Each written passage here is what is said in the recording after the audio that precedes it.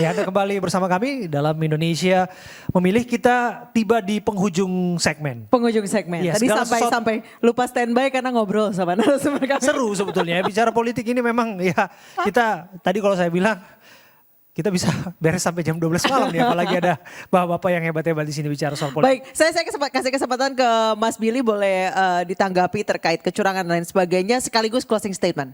Siap. Per hari ini pukul 20, tim hukum nasional kami menginformasikan sudah ada 59 laporan yang masuk dari 19 jenis pelanggaran. Nanti secara komprehensif mungkin dari tim hukum nasional Amin yang akan menyampaikan.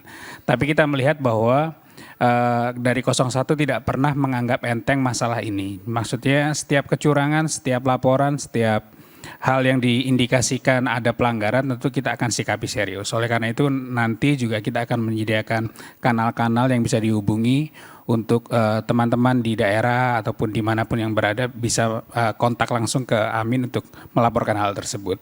Dan sebagai penutup mungkin saya ingin mengakhiri bahwa per detik ini, per jam ini masih belum 20% angka yang masuk di website resmi KPU. Tentu itu belum bisa dijadikan ukuran untuk kita mengklaim kemenangan pihak manapun. Dan kita tetap menghormati proses yang ada di KPU, penghitungan-penghitungan ataupun proses penindaklanjutan dari setiap laporan yang masuk. Dan tentu kita patut mengapresiasi semua, baik itu pihak penyelenggara pemilu ataupun dari kami pun juga mengapresiasi semua yang sudah terlibat dalam proses ini.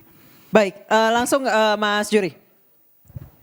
Iya, pertama bahwa kami dari 02 tentu bersyukur ya dari perhitungan sementara melalui berbagai lembaga survei yang melakukan quick count itu 02 leading dengan angka yang sangat meyakinkan. Jadi, nah kedua terkait dengan berbagai tudingan ya dari berbagai tim pasangan calon ini bahwa ada dugaan pelanggaran bukan hanya 01, 03, 02 juga begitu. Mari kita selesaikan melalui mekanisme yang sudah tersedia di dalam penyelenggaraan pemilu. Kalau ada dugaan pidana ada prosesnya, administrasi ada prosesnya, etik ada prosesnya, sehingga jangan kemudian dugaan pelanggaran ini hanya menjadi konsumsi publik, hanya menjadi narasi-narasi yang kemudian merugikan pihak-pihak yang dituduh, karena mesti kita pastikan bahwa pelanggaran itu ada proses penyelesaiannya. Bang Patria, silakan. Ya, terima kasih. Jadi TPN Ganjar Mahfud beserta partai politik pendukungnya menghargai setiap suara rakyat.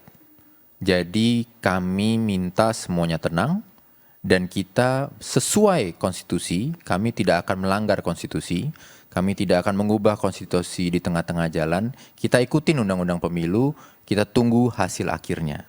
Pesannya kami hanya memang adalah bahwa seperti yang disampaikan di awal, ini sudah terlalu banyak yang keanehan sejak awal proses pemilu ini.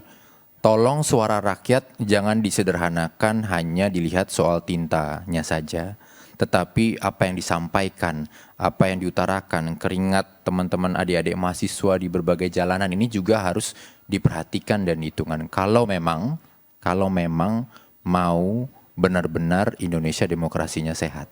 Baik, Mbak Titi silakan singkat saja tapi nendang. Pemilu itu kan bukan sekedar harus legal ya, tapi juga legitimate. Memang mekanisme penyelesaian masalah hukum tersedia, tapi dia bisa menimbulkan keraguan atas legitimasi kalau tidak efektif dalam bekerjanya. Karena yang mengoperasikan sistem itu ada orang di dalamnya. Oleh karena itu bagi saya ini pertaruhan sebenarnya. Bagi para pengawas, penegak hukum, dan nanti pun kalau berujung di Mahkamah Konstitusi sebagai last resort dari keadilan pemilu kita, itu bukan sekedar mekanisme prosedural sebagai sistem yang ada begitu saja begitu. Tetapi yang ditunggu itu adalah keyakinan mereka akan bekerja dengan benar, dengan efektif dan berkeadilan. Jadi bukan sekedar prosedur yang harus dilewati karena memang kita harus melewati itu. Nah, oleh karena itu pertaruhannya adalah kalau masyarakat tidak diyakinkan, bisa saja legalitas itu didapat.